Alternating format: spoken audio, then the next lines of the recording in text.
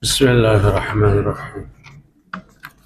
Assalamualaikum warahmatullahi wabarakatuh.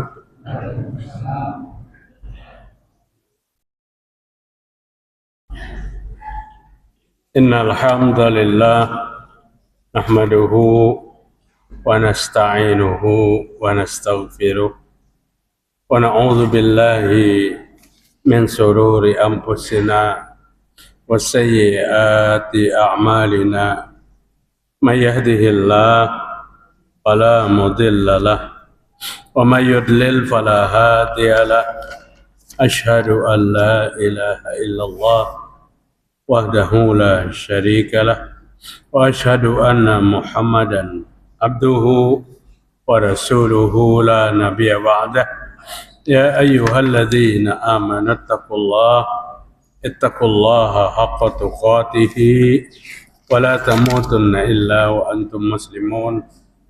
Ya ayyuhan nasu ittaqu rabbakumul ladzi khalaqakum min nafsin wahidah wa khalaqa minha zawjaha wa basa minhuma rijalan katsiran wa nisaa'a wattaqullaha alladzi tasaaluna bihi wal arham innallaha kana 'alaikum raqiba. Ya ayyuhalladzina amanu taqullaha wa qulu qawlan sadida yuslih lakum a'malakum wa yaghfir lakum dhunubakum wa may yuti'illaha wa rasulahu faqad faza fawzan 'azima.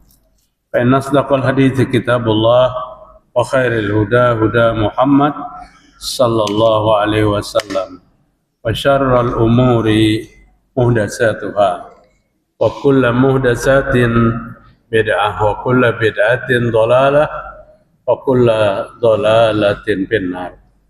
Mari kita bersyukur kepada Allah Subhanahu wa ta'ala pada malam ini, malam Jumat tanggal 8 bulan Sya'ban 1446 Hijriah, bertepatan dengan tanggal 6 bulan Februari 2025. Alhamdulillah kita sehat walafiat dan kita bersyukur atas hidayah petunjuk dari Allah Ta'ala. Kita dapat melaksanakan sholat maghrib berjamaah. InsyaAllah kita akan melaksanakan sholat isya berjamaah. Mudah-mudahan Allah menerima amal ibadah kita, mengampuni segala kesalahan dan dosa-dosa kita. Bapak-bapak, ibu-ibu rahimakumullah, ada beberapa macam yang akan kita kemukakan pada kajian ini yang berhubungan dengan bahaya yang bisa membatalkan Islam. Kalau membatalkan sholat, sholatnya diulang. Kalau membatalkan wudu, wudu lagi. Tapi kalau membatalkan Islam, ini sesuatu yang sangat berbahaya. Artinya, ini perlu kita waspadai dalam kehidupan kita.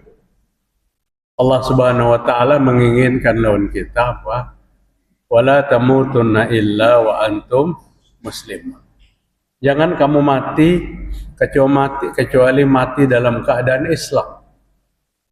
Bagaimana mati dalam keadaan Islam? Kalau Islam kita batal, na'udzubillah min dzalik, maka kita harus berhati-hati menjaga, memantau keislaman kita, istiqomah dalam Islam kita sampai akhir hayat. Wastaqim kama umirta wa man taba ma'aka wala tatghaw innahu bima ta'maluna basir, kata Allah Ta'ala. Maka istiqomahlah kamu dengan agamamu seperti apa yang Allah Subhanahu wa Ta'ala turunkan kepadamu, wahai Muhammad, bersama orang-orang yang beriman kepadamu, orang yang bertaubat bersamamu, para sahabat dan para pengikut-pengikut Nabi Muhammad SAW sampai akhir zaman. Wala tatghaw, dan jangan kau berlebih-lebihan dalam Islam, karena Islam itu ada aturan tertentu yang kada perlu dipotong-potong dan kada perlu dilebih-lebihkan. Menambahi syariat Islam sama dengan mengatakan Nabi belum habis mendakwahkannya. Mengurangi syariat Islam sama dengan mengatakan Nabi dakwahnya lebihan. Apa yang bisa kita lakukan? Kita lakukan apa yang ada diperintahkan, tinggalkan apa yang ada dilarang. Itulah Islam. Sekalipun Nabi Muhammad sallallahu alaihi wasallam katakan suatu saat nanti di akhir zaman orang memegang agama Islam itu seperti memegang bara api. Kayak apa, bayangkan kita, bara api ada di tangan kita. Jika kita teguh memegangnya, maka telapak tangan dan jari jemari kita akan melepuh, akan luyuh. Apabila kita kada kuat memegangnya, maka Islam itu akan kita lemparkan dari kehidupan kita. Akan sampai satu masa orang mengikuti Islam, memegang Islam seperti memegang bara api. Kada betah, kada pede, kada bangga dengan nilai-nilai keislaman. Padahal hidup dalam komunitas Islam. Bada'al Islamu ghariban wa sayaudu kama bada'a ghariban wa tuba lil ghurabai. Islam pertama datang itu asing. Kenapa Islam itu jadi asing? Karena datang di tengah orang yang tidak mengerti Islam. Kafir Quraisy tidak tahu tentang Islam. Mereka penyembah berhala selamanya, terus datang diajak menyembah Allah yang Esa, yang menurut mereka Tuhan yang ditawarkan untuk disembah karena bisa dilihat dengan mata kepala. Kebiasaan mereka kan beribadah di hadapan Tuhan, yang mencungkung ada di hadapannya. Tuhan tekurihing sampai mati. Lamun merangut sampai mati. Karena Tuhannya apa? Tuhannya berhala. Datang Nabi, qaulu la ilaha illallah tuflihu. Katakan la ilaha illallah, kalian akan beruntung. Apa la ilaha illallah diajarkan? Di dalam la ilaha illallah itulah letaknya nilai-nilai keislaman. Ya, asing Islam di tengah orang yang tidak mengerti Islam. Wa sayaudu kama bada'a ghariban, dan nanti pada akhir zaman orang Islam itu asing juga memandang Islam. Tapi sedih kita melihat sambungan hadis ini. Artinya orang Islam akan merasa asing dengan agama Islam di tengah komunitas umat Islam. Apapun identitas Islam, tidak lagi merupakan seorang itu bangga untuk menampilkan. Bahkan Islam itu dianggap satu yang membahayakan. Islam dianggap satu monster yang satu saat akan terjadi begini. Itu akhir zaman. Nabi sudah katakan itu. Maka sejak masa kehidupan Nabi sallallahu alaihi wasallam, Rasul sallallahu alaihi wasallam sudah menganjurkan agar kita memegang teguh Islam itu sampai akhir hayat. Wala tamutunna illa wa antum muslimun. Jangan kamu mati kecuali kamu dalam keadaan Islam. Kuat Islammu, baru kamu menghembuskan nafas yang terakhir. Artinya mati dalam keadaan Islam. Apa aja yang membatalkan Islam itu, bapak-bapak? Memang di dobitan kami mengambil dari beberapa rujukan, ada 10 macam yang membatalkan Islam itu. Tentu malam hari ini kada sampai ke 10-nya. Waktu kita Isya nanti sampai. Jadi berapa macam yang kita bisa bicarakan, ini adalah satu pegangan bagi kita. Apa aja yang membatalkan Islam itu, yang menjadi manusia batal beragama Islam itu? Yang pertama, syirik. Syirik itu penyakitnya. Yang kedua, musyrik. Musyrik itu orang nang syirik. Ada orang nang syirik itu ngarannya musyrik. Biarnya musyrik luar biasa, bujur aja tak. Penyakitnya itu syirik. Apa syirik itu? Tidak meyakini keesaan Allah Ta'ala. Ini ada sejak zaman masa lalu. Syirik itu dari masa ke masa. Dari Rasul yang satu ke Rasul yang lain turun lagi, Nabi yang lain turun lagi, Nabi yang lain, ada syirik itu berkembang. Dan syirik itu kada pernah putus karena syirik itu didakwahkan. Sampai hari ini pun syirik itu didakwahkan, Bapak-bapak. Tidak akan berkembang syirik itu tanpa didakwahkan. Maka prinsip beragama Islam itu 3. Yang pertama, menyerahkan diri kepada Allah dengan kebersihan akidah. Al-istislamu lillahi bitauhid. Yang kedua, al-inqiyadu lahu bitta'ah. Orang Islam itu tunduk dan taat kepada perintah Allah Ta'ala. Yang ketiga, al-bara'atu minasyirki wa ahlihi. Berlepas diri daripada syirik dan berlepas diri daripada penyebar-penyebar dan pendakwah-pendakwah kemusyrikan. Kita tahu syirik itu seperti apa. Dan mungkin kita tahu juga siapa orang yang mendakwahkan kemusyrikan itu. Siapa orang yang menganggap syirik itu tidak berbahaya. Siapa orang yang menganggap syirik itu enteng. Sebagai seorang muslim, jaga jarak dengan syiriknya dan jaga jarak dengan pendakwah syiriknya. Karena akan berbahaya. Akan berbahaya kepada kita. Banyak yang dulu bertauhid dan bagus. Satu saat pada saat salah memilih teman dalam pergaulan, sekarang ikut-ikutan melakukan kemusyrikan. Malah seolah-olah apa? Mencaci kepada orang yang mendakwahkan. Sedikit-sedikit dipadahkan syirik, sedikit-sedikit dipadahkan syirik. Bahkan ada yang berkata pada satu saat, alhamdulillah aku lepas tercabur dalam kubangan-kubangan kotoran masa lalu. Karena dia berpaham sunnah masa lalu. Mengerti dengan sunnah. Setelah terjebak hari ini dengan memilih teman yang banyak dilakukan dan dipahami, dia mencaci maki dengan paham-paham terdahulu yang dianggap itu adalah sunnah.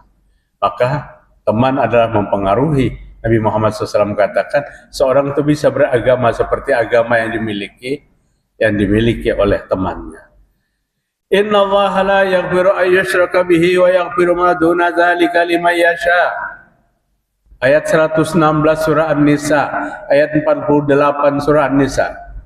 Dalam surah An-Nisa kalimatnya 2 kali. Ayat 48 dan ayat 116.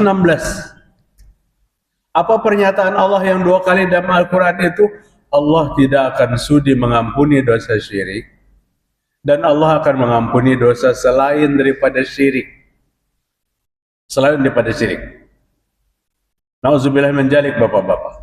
Toh jika kita mati membawa dosa juga. Jika mati kada sempat bertaubat juga. Tapi janganlah nang dibawa sampai mati ini dosa syirik. Karena dosa syirik yang dibawa sampai mati ini kan bisa selesai. Karena syirik itu diselesaikan sebelum menghembuskan napas yang terakhir. Syirik itu dimintakan ampun sebelum datangnya mati. Tapi kalau syirik dibawa sampai mati, atau tadinya tidak syirik, tapi karena mendidik anak salah pada jalan-jalan yang tidak benar, akhirnya menjelang kematian orang tuanya, anaknya membisikkan kemusyrikan kepada bapaknya. Dan pastilah bapaknya pada menghembuskan napas yang terakhir, melakukan satu paham kesyirikan yang dibimbing oleh anak kandungnya sendiri. Matilah dia dalam kemusyrikan. Maka dosa syirik ini kan bisa diselesaikan. Yang bersangkutan kan bisa lagi menyelesaikan. Maka Allah katakan Allah tidak mengampuni dosa syirik. Dosa syirik yang dibawa sampai mati. Tapi apabila belum mati, bapak-bapak yang berusia 60-an ke atas, kita jujur. Banyak sekali kadang-kadang kita terserempet masa lalu ke paham-paham yang hari ini ternyata tidak benar paham itu. Artinya ada kesempatan Allah masih membuka kehidupan kita, memperpanjang umur kita. Sementara peluang-peluang kemusyrikan itu ada di mana-mana.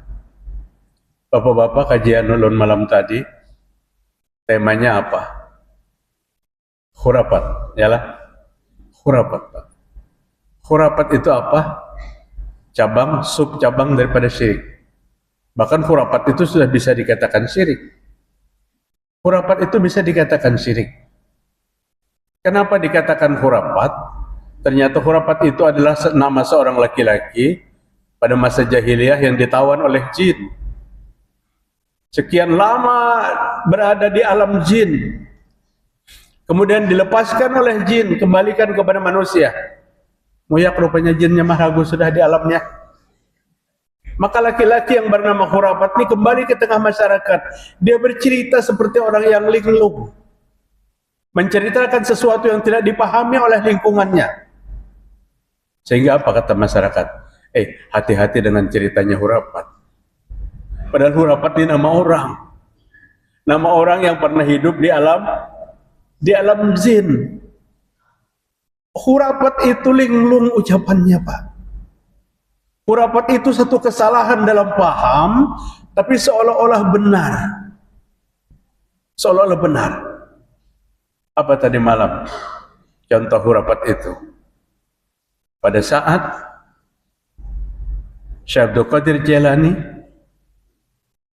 mengejar malakal maut, kejar-kejaran. Kenapa Syekh Abdul Qadir mengejar malakal maut? Karena seorang wanita cantik datang kepada Syekh Abdul Qadir. Syekh Abdul Qadir, saya baru menikah. Tidak lama setelah saya menikah, suami saya meninggal dunia. Ulunnya bersesayangan laki bini. Rahat bersesayangan, datang malakal maut mencabut nyawa laki ulun. Oh tenang aja, jar Syekh Abdul Qadir. Tenang kamu di sini. Aku mencari malakal maut di mana hari ini adanya. Rupanya sinyal Syekh Abdul Qadir tinggi. Akhirnya ketemu malakal maut ada di tempat ini. Syekh Abdul Qadir dengan kekuatan karomatnya mengejar malakal maut. Bertemuan lawan malakal maut. Ujar Syekh Abdul Qadir, malakal maut, serahkan tuh ruh yang kau cabut tadi. Istrinya datang kepada aku, dia bersesayangan. Kau cabut nyawanya. Ujar Syekh Abdul Qadir, karena kau kuserahkan. Ini perintah Allah Ta'ala. Katakan aku. Ujar malakal maut, nu perintah Allah. Katakan Syekh Abdul Qadir, aku nu meminta lawan Allah Ta'ala. Katakan. Akhirnya bersih tegang, Pak. Hamba Allah yang dua alam ini bertegang. Alam malaikat kan non alam manusia lain. Akhirnya Syekh Abdul Qadir kada sabar. Kada sabar, akhirnya disuruh sidin. Tinju sidin. Kena malakal maut. Hambur kantongan yang dibawa oleh malakal maut. Padahal dalam kantongan ini beratus-ratus ruh yang baru dicabut oleh malakal maut. Setelah ditinju, tahambur. Maka ruhnya berterbangan, kembali lagi kepada jasadnya masing-masing. Sehingga yang mati pada hari itu hidup semua. Pian jangan tegang, kisah ini khurafat. Kisah ini khurafat, karamput seolah-olah benar. Kita hari ini digiring kepada cerita-cerita seperti ini, Bapak-bapak. Cerita sebenarnya, nyata bubuhan nikam itu kada percaya lawan wali. Siapa kada percaya lawan wali? Kita percaya dengan karamat, kita percaya. Kenapa kita kada percaya karamat? Al-Quran berbicara karamat itu panjang lebar. Satu pertolongan Allah kepada seseorang yang bukan Nabi, itu namanya karamat. Itu terjadi. Tapi kita tidak juga cerita-cerita karamat yang kada berdasar. Dikisahkan lawan kita. Ada seseorang yang mampu mi'rajnya 70 kali sehari. Ya sudah, kada dapat masuk, itu khurafat kisahnya. Kada benar, seolah-olah benar. Bukan percaya, kada percaya.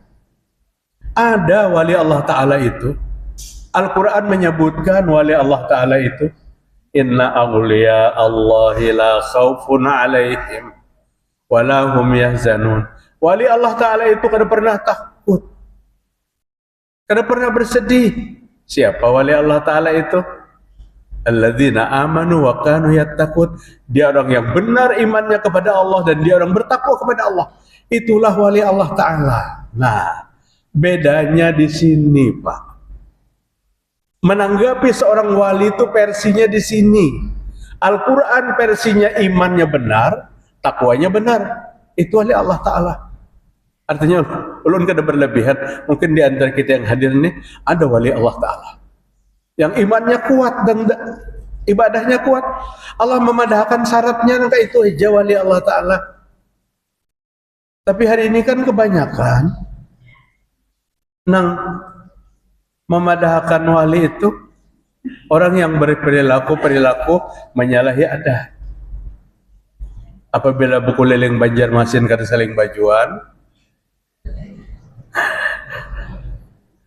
sepanjangan takurihi aja kan saling ampihan, nang duduk di warung no bagawilan ya, hati-hati, itu wali Allah Ta'ala. Ini versinya yang berbeda kita. Ini versinya. Jelas itu orang tidak waras. Tapi kenapa cara berpikir kita terpelintir hari ini? Kita menganggap itu wali. Pada cukup sampai di situ, didatanginya. Nang orang nangkat saling bajuan tadi. Kemudian disurunginya botol, tiupakan pang baju kami pang. Bayangakan pian, inyabi abi aja mbah nu kada tapi babasu. Kada ditiupnya, dicaluknya botol tulun tanganna. Ya tuh habis saja lah meminumnya. Kita tersihir oleh khurafat, berita-berita fiktif, apalagi hari ini di media sosial, luar biasa. Ada kehabisan. Cerita itu ada kehabisan. Dan ulun perlu sampaikan, khurafat itu adalah sesuatu yang tidak benar, dianggap benar. Belum lagi tahayul. Judul kita malam tadi kan khurafat dan tahayul. Maka yang menerusakannya hari ini adalah yang membatalkan Islam. Tahayul min tujuan. Tahayul itu kan benar, seolah-olah benar. Bangun pagi, bismillahirrahmanirrahim. Si nenek bangun pagi sedih. Cucu melihat nenek kurang semangat. Nek kenapa sedih nek? Nenek malam tadi bermimpi cuy. Bermimpi apa pian? Bermimpi patah gigi. Ini tahayul pak ini. Cucu ini bertakut gigi nang mana nek? Gigi di atas. Apa artinya nih? Apabila bermimpi patah gigi di atas, tuh kayak nyawa pindah gagaringan. Apa hubungannya mimpi patah gigi di atas salon gegaringan? Artinya ini pacangan laki-laki ada yang hendak mati. Padahal si cucu ini tahu bahwa nini nang bermimpi patah gigi nih kada ada saling gigian lagi. Apa nang dia asik? Giginya kan ada sebilah-bilah lagi. Ini tahayul pak. Kada ada lagi harusnya kita dalam Islam. Sudah itu kita tinggalkan. Mata bakal kerojot kiri di bawah, tensi 200 kali 100, makan kambing kah, makan hintalu kah, kan ada makannya apa-apa. Kenapa jadi tensi naik? Mata bakal kerojot sudah mingguan. Apa mata bakal kerojot jadi menaikkan tensi? Ada paham yang kada benar. Dan ini tahayul. Cukup aja orang bahari, maaf ulun, kada memadahkan orang bahari itu bodoh. Cukup aja orang bahari lagi kada mengerti agama, aja sih dan sudah berpaham seperti itu. Hari ini kita di mana alasan untuk bapak kada mengerti? Masjid Ami Abdullah berapa kali seminggu kajiannya? Tinggal siap duduk aja. Tinggal pasang telinga, pasang hati. Kada ada lagi, ilmu sudah bebas dibuka. Jadi tahayul khurafat itu jauhi dalam kehidupan kita. Tapi ceritanya mengasikkan. Ceritanya asik benar. Ngalebon nih kamu kada percaya wali. Itu aja judulnya. Percaya kita. Nangaran wali itu ada. Buat nih kamu kada percaya karamat. Percaya. Karamat ada. Hari Senin tadi, hari Selasa tadi. Kajian ibu-ibu di Ar-Rahmah, rupanya ibu-ibu ini saking sakit kepala juga mikirkan suasana yang ada nih. Apa pertanyaannya? Ustadz, mana dua tinggi wali kutub lo Nabi Muhammad? Ini pasti pertanyaan ibu-ibu yang sudah sakit banget kepalanya mikirkan. Di apa? Di medsos kita ini macam-macam kan? Apabila bicara wali macam-macam. Apa Ustaz nang dua tinggi oleh kutub lo Nabi Muhammad? Sidin tahu aja jawabannya, tapi Sidin pusing sudah pikirkan berita dan macam-macam. Dia lembut jelas. Nabi Muhammad manusia yang terbaik, penutup segala nabi. Nah, sedangkan nang pian takune wali kutub itu, ulun kada tahu. Ulun kada tahu. Dan bahkan kita coba takuni, Pak, apa gerang kriterianya wali kutub? Kan wali itu ada 7, Pak. Ulama-ulama sufi masa lalu abad ketiga Hijriah, mereka menetapkan kedudukan wali itu 7. Pertama Gaus. Gaus lain Daus, Gaus. Umana, Rukaba, Nujaba, Autad, Ibdal, Kutub. Kutub ni yang paling tinggi. Ujar nang mamadahakan nih. Pian kenapa maka paham? Umpat juga sampat Pak. Jadi paham kenapa dibuang-buang? Kepentingannya apa? Pak, wali kutub itu apa, Pak? Nang tahu wali itu wali juga. Namun kada wali jangan bertakun-takun soal wali kutub. Habis ditutupnya sudah jalan tak? Sampai ibu-ibu bertakun ke itu. Nabi Muhammad itu wali apa? Abu Bakar itu wali apa? Nama tingkatan kewalian ini kada ada masa itu. Siapa yang berani katakan Sayyidina Abu Bakar itu wali kutub? Kada ada. Ini pada 300-an Hijriyah oleh ulama-ulama sufi yang meningkat, yang dikatakan tingkatan kewalian. Benar atau tidak? Wallahu a'lam. Kita kada sampai ke situ. Cuman cerita-cerita fiktifnya tentang itu perlu kita seleksi dengan nilai keimanan. Setinggi ini ceritanya adakah lawan Nabi Muhammad? Kadadakah? Ada seorang manusia yang mampu mi'raj 70 kali sehari. Ada belum betakun non pian? Percaya kada pian? Pina sedikit aja Jepang begeleng dah. Karena Nabi Muhammad tuh sekali seumur hidup bermi'raj. Sekali seumur hidup mi'raj. Kalau Nabi mengatakan as-salatu mi'rajul mu'minin, itu benar. Salat itu mi'rajnya orang yang beriman. Setiap kita sholat, kita mi'raj. Kenapa? Karena sholat ini didapat di waktu Nabi mi'raj. Allah hanya menceritakan aqimis sholata liduluki syamsi ila ghasakil lail wa qur'anal fajr inna qur'anal fajri kana mashhuda. Allah menceritakan, dirikan sholat liduluki samsi, waktu matahari sudah gelincir. Kalau matahari di atas kepala kita, hukumnya sholat itu haram. Ada 3 waktu yang diharamkan sholat. Waktu matahari terbit, waktu matahari di atas, dan waktu matahari tenggelam. Allah mengatakan waktu matahari apabila liduluki samsi, matahari mulai gelincir. Nah, orang bahari ukurannya tajak tongkat. Kalau bayang-bayang tongkat kalau kada kelihatan, berarti matahari di atas tongkat. Pada saat tongkat bergeser ke sebelah barat, matahari bergeser ke sebelah barat, maka bayang-bayang tongkat ada di sebelah apa? Barat itu berlawanan dengan apa? Nah, itu waktu zuhur masuk. Liduluki syamsi, waktu matahari mulai bergeser. Ila ghasakil lail, sampai terbitnya malam hari. Berarti Allah Ta'ala menyebutkan 4 sholat aja. Zuhur, asar, maghrib, isya. Ada satu lagi. Ternyata yang satu itu punya berita tersendiri. Wa Qur'an al-fajri inna Qur'an al-fajri kana mashhuda. Dan kerjakan sholat subuh, kata Allah Ta'ala. Sesungguhnya sholat subuh itu disaksikan oleh para malaikat. Di waktu engkau sholat subuh, maka engkau disaksikan oleh para malaikat. Malaikat mana yang menyaksikannya? Malaikat penjaga malam, aplusan, dan malaikat penjaga siang. Jadi Allah menugaskan malaikat itu menjaga siang hari dan menjaga malam hari. Pada saat menjaga malam ini, habis tugasnya di waktu subuh, maka datanglah malaikat penjaga siang, datang waktu subuh.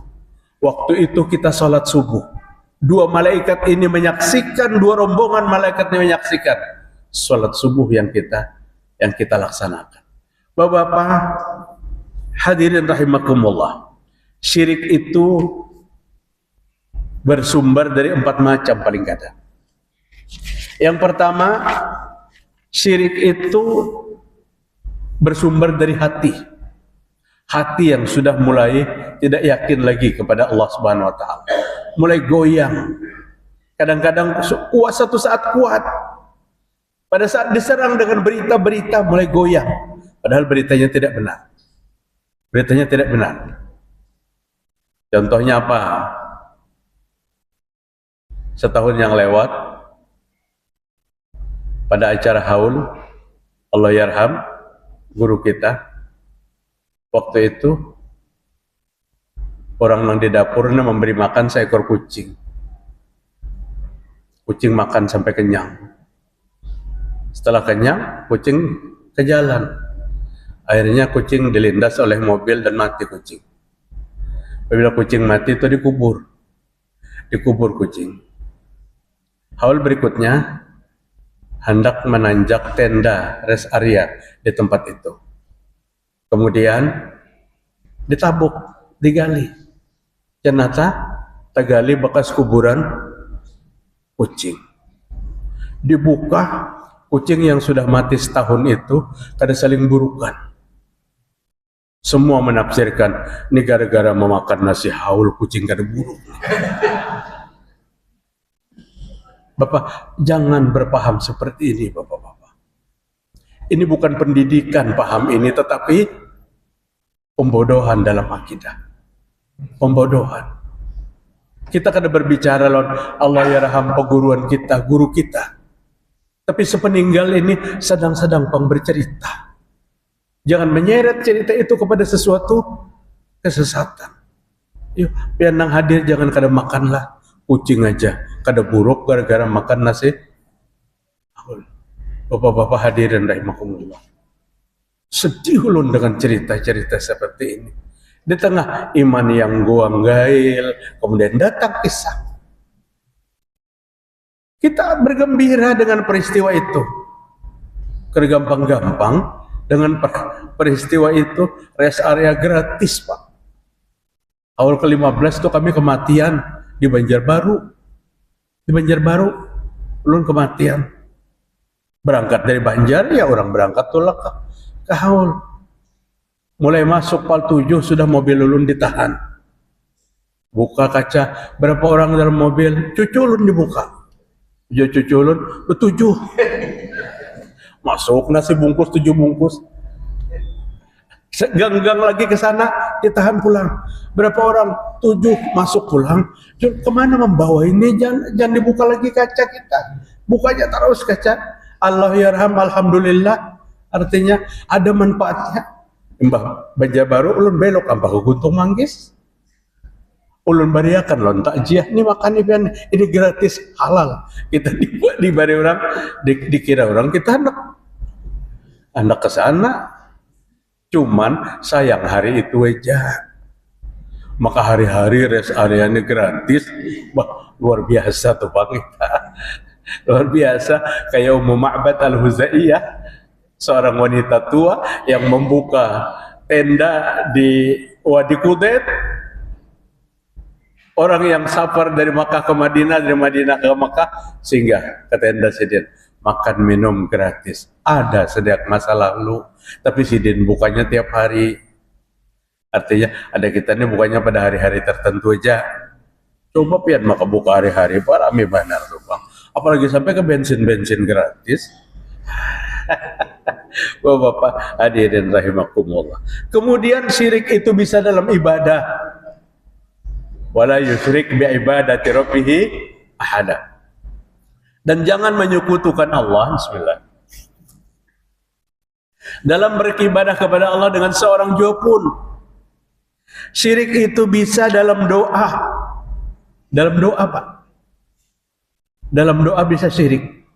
Di mana doa itu syirik?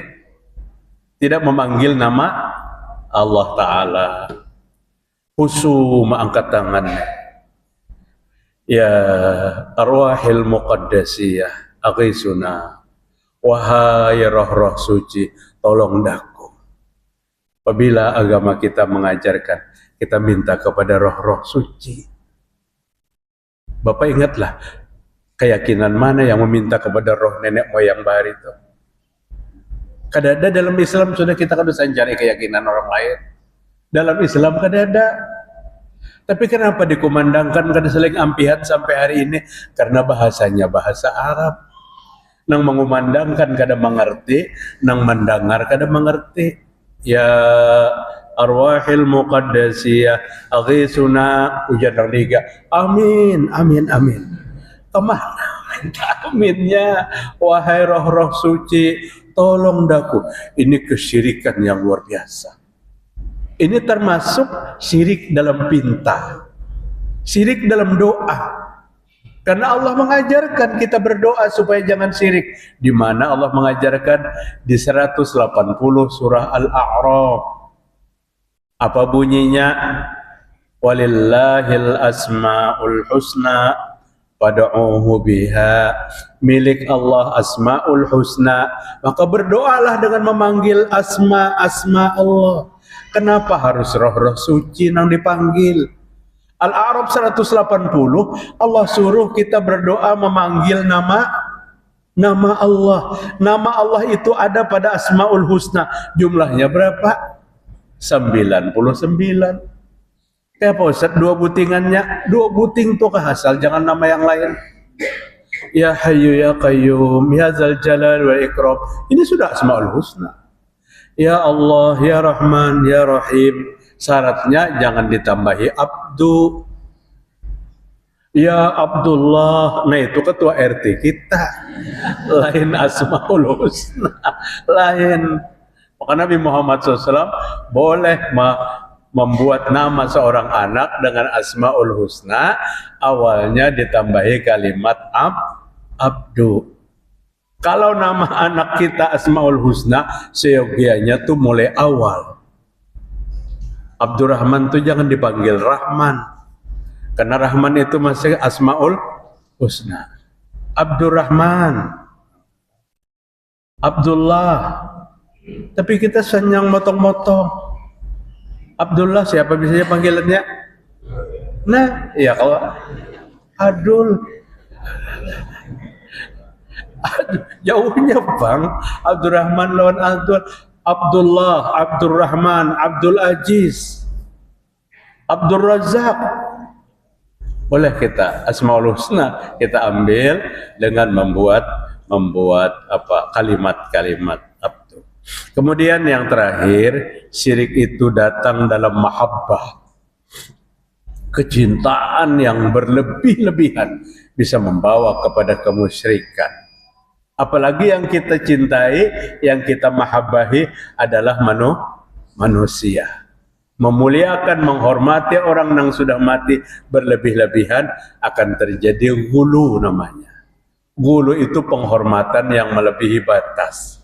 Sebagaimana Nabi pernah menegur salah seorang sahabatnya bernama Abdurrahman ibnu As-Sakhir yang memuji Nabi dengan sanjungan yang sangat tinggi. Apa kata Nabi Muhammad SAW? Ya Abdullah, qulu bi qaulikum aw ba'di qaulikum lanastajriyannakumus syaitan. Wahai Abdullah, berkata yang pantas-pantas, bicara yang pantas-pantas, atau apa yang kamu ucapkan hari ini, engkau sedang dikendalikan oleh syaitan.